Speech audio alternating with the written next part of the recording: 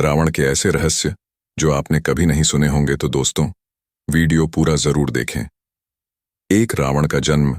विश्रवा एक ब्राह्मण थे जो ज्ञान और देवताओं से प्रेम करते थे, लेकिन उनकी पत्नी कैकसी एक राक्षसी थी जो एक रूप बदलने वाली प्राणी थी और जिसे सोना और रक्त से प्रेम था।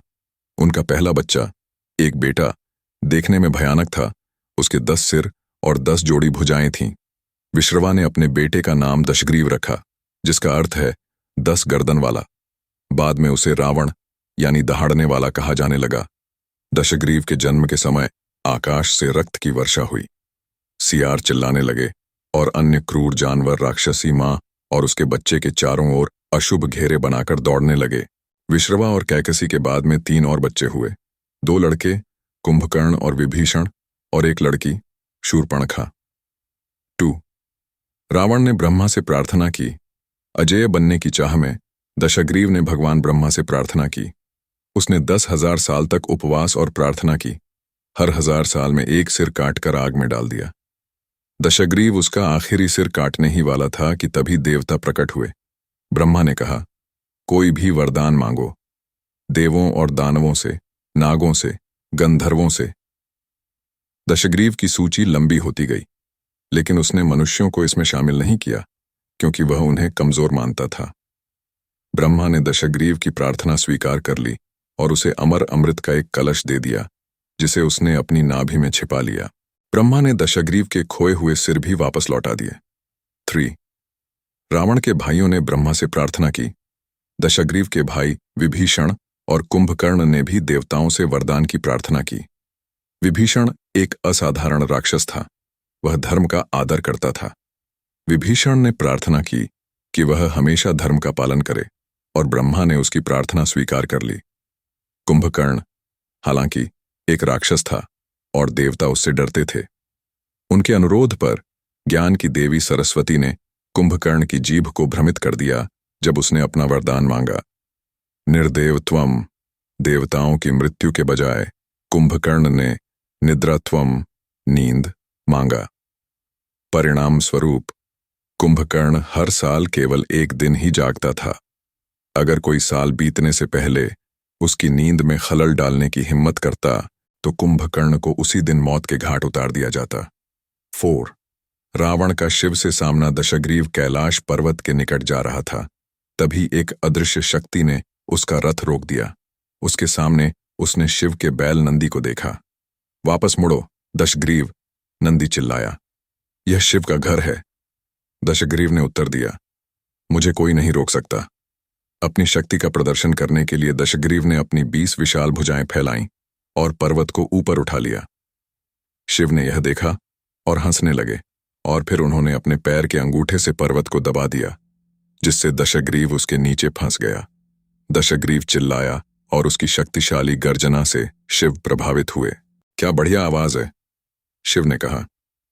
मैं तुम्हें पहाड़ से मुक्त कर दूंगा और अब से तुम रावण कहलाओगे, वह जो दहाड़ता है। 5. रावण शिव के लिए गाता है।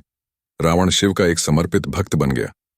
भगवान का सम्मान करने के लिए उसने एक संगीत वाद्य यंत्र बनाने का फैसला किया, वीणा। रावण ने अपना एक सिर और एक हाथ काटकर वीणा बना ली और वीणा को तार देने के लिए उसने अपनी आंत का इस्तेमाल किया। इसके बाद रावण ने अपने शरीर से बनी वीणा बजाते हुए शिव के लिए गीत गाया। रावण से प्रभावित होकर शिव प्रकट हुए। शिव ने कहा, अविनाशी चंद्र तलवार, चंद्रहास। देखो, उन्होंने चंद्रमा की तरह अर्धचंद्राकार तलवार लहराई। मैं इसे तुम्हें देता हूं। रावण ने श्रद्धापूर्वक सिर झुकाकर शिव से तलवार स्वीकार की। 6. शिव ने रावण को पुरस्कृत किया। शिव ने रावण को एक और इनाम दिया। शिव ने कहा, मुझे बताओ तुम क्या चाहते हो। रावण ने शिव के बगल में खड़ी खूबसूरत महिला की ओर इशारा करते हुए कहा, मैं उसे चाहता हूं। वह देवी पार्वती थीं, शिव की पत्नी, लेकिन रावण को यह नहीं पता था। वह केवल इतना जानता था कि वह सुंदर थी और वह उसे चाहता था। शिव को उनकी इच्छा पूरी करनी पड़ी, लेकिन पार्वती ने एक रास्ता निकाला। वह एक मेंढक को पकड़कर ब्रह्मा के पास गईं। उन्होंने कहा, इस मेंढक मंडूक को मेरा प्रतिरूप बना दीजिए।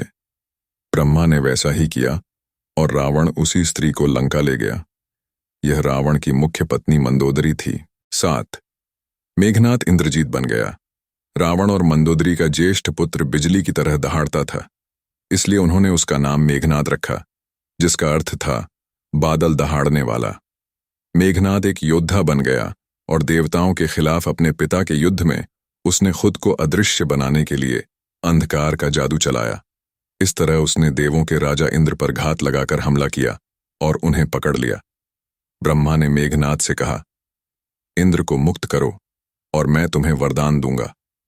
मेघनाद ने उत्तर दिया, मुझे अमर बना दो। ब्रह्मा ने उत्तर दिया, मैं ऐसा नहीं कर सकता। तो फिर मुझे अजेय हथियार दो, मैं युद्ध में अपनी अमरता जीत लूंगा।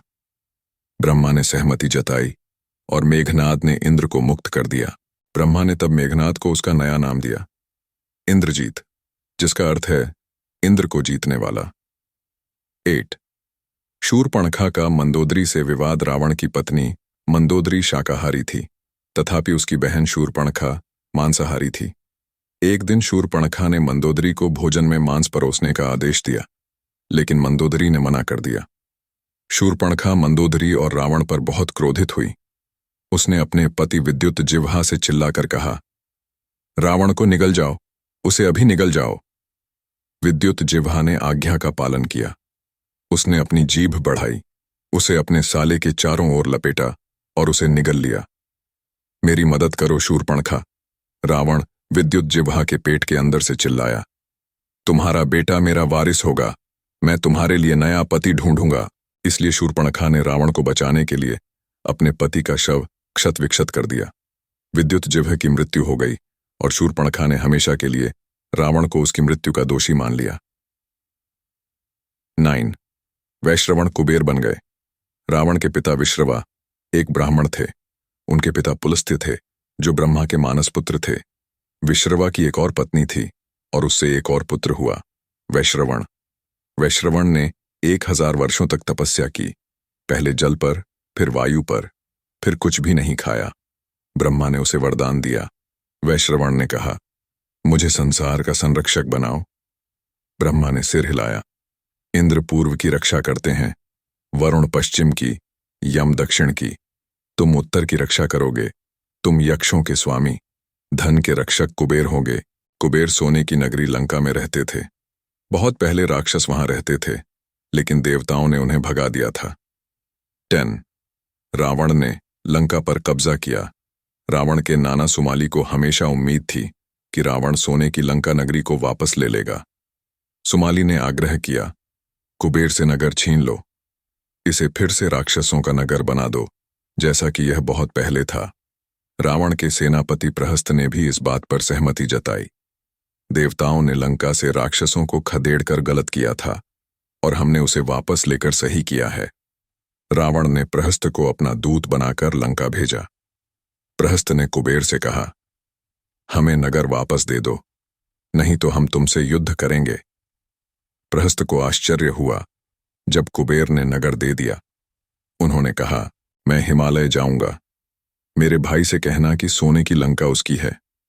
11 रावण का यम से युद्ध। इसके बाद रावण ने मृत्यु के देवता यम को जीतने की प्रतिज्ञा की, इसलिए वह अपने रथ पर सवार होकर दक्षिण की ओर मृत्युलोक की ओर चल पड़ा। यम के सैनिकों ने रावण पर हमला किया, लेकिन रावण ने उन सभी को नष्ट कर दिया। तब यमराज स्वयं रावण का सामना करने के लिए आगे आए और रावण के सैनिक भयभीत होकर भाग गए।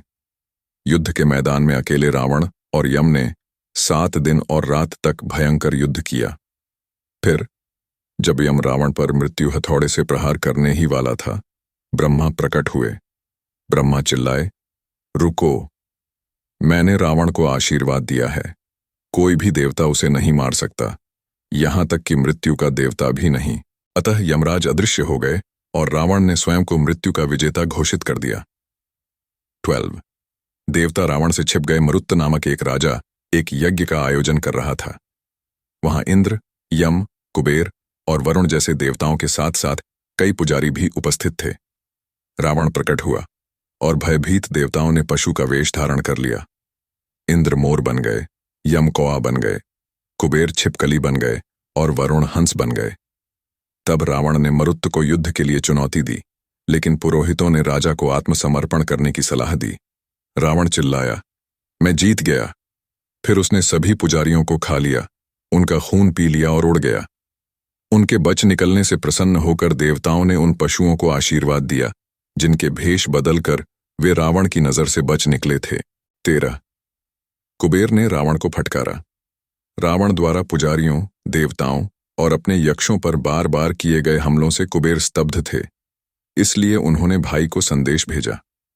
कुबेर के दूत ने रावण से कहा, तुम्हारे कर्म हमारे पिता का अपमान करते हैं, तुम्हें अपना बुरा व्यवहार बंद करना होगा। क्रोधित होकर रावण चिल्लाया, मैं इसके लिए कुबेर को मार डालूंगा और मैं दुनिया के सभी अन्य रक्षकों को भी मार डालूंगा। कोई भी रावण से इस तरह बात नहीं करता। तब रावण ने कुबेर के दूत को पकड़ लिया और उसका सिर काट दिया।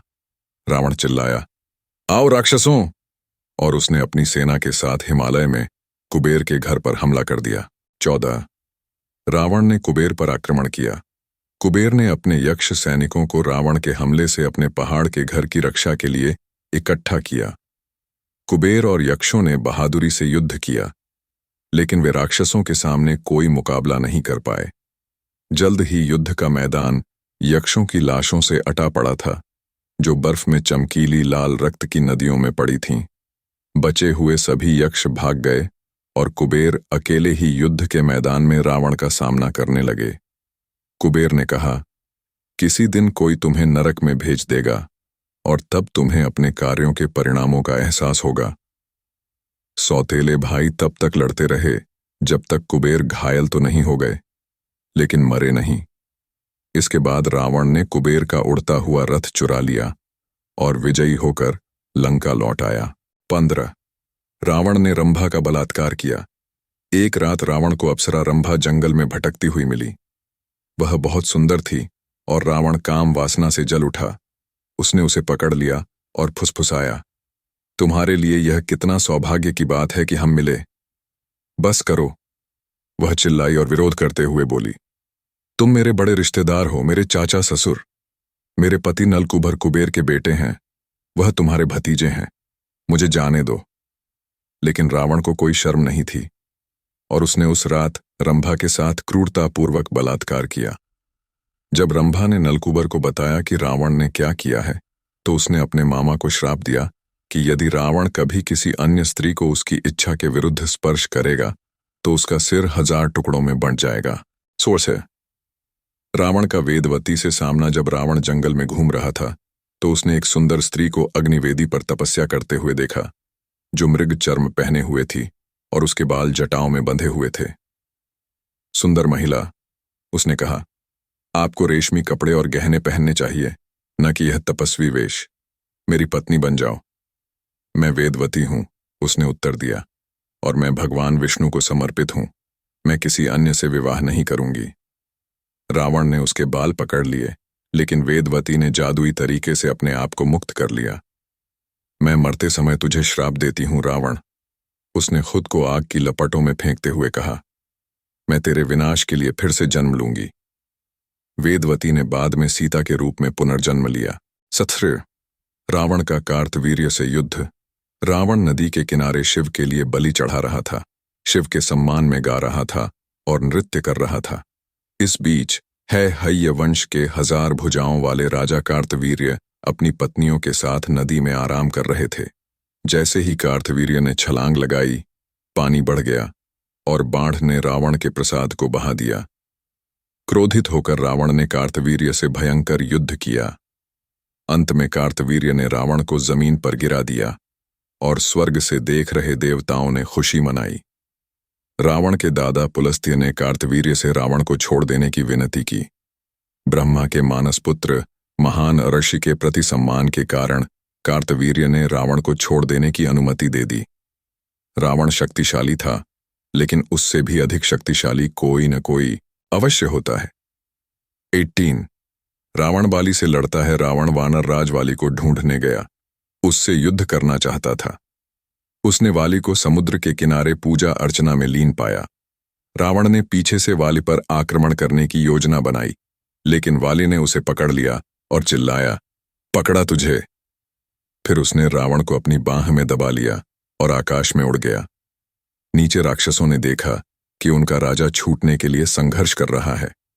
उन्होंने वाली का पीछा किया, लेकिन उसे पकड़ नहीं पाए। पूरी दुनिया का चक्कर लगाने के बाद वाली नीचे उतरा और रावण को जाने दिया। रावण ने कहा, महान वानर, मैं तुम्हारा मित्र बनना चाहता हूं। वाली ने हंसकर सहमति दे दी। इस प्रकार वाली रावण का मित्र बन गया। 19। रावण ने राम के पूर्वज से युद्ध किया। रावण ने एक के बाद एक पृथ्वी के राजाओं को पराजित किया। इसके बाद उन्होंने अयोध्या की ओर कूच किया, जहां अनरण्य राजा थे। राजा अनरण्य अपनी सेना के साथ युद्ध में उतरे, लेकिन रावण ने अग्नि के विस्फोट में उन्हें भस्म कर दिया, जिससे केवल अनरण्य ही जीवित बचे। अनरण्य ने रावण पर सैकड़ों बाण चलाए, लेकिन रावण के कवच ने उन सभी को विफल कर दिया। अब इसके बाद रावण ने अनरण्य के सिर पर प्रहार किया, जिससे वह जमीन पर गिर गया। मरते समय अनरण्य ने राक्षस राज को श्राप दिया, अयोध्या से एक प्रतिशोधी उठेगा।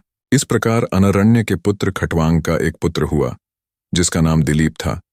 उनके पुत्र रघु थे, जिनके पुत्र अज का एक पुत्र था, दशरथ। तो दोस्तों, कैसा लगा आज आप लोगों को हमारा वीडियो? आशा करते हैं सभी को पसंद आया होगा। पसंद आया तो हमारे चैनल को सब्सक्राइब जरूर करें।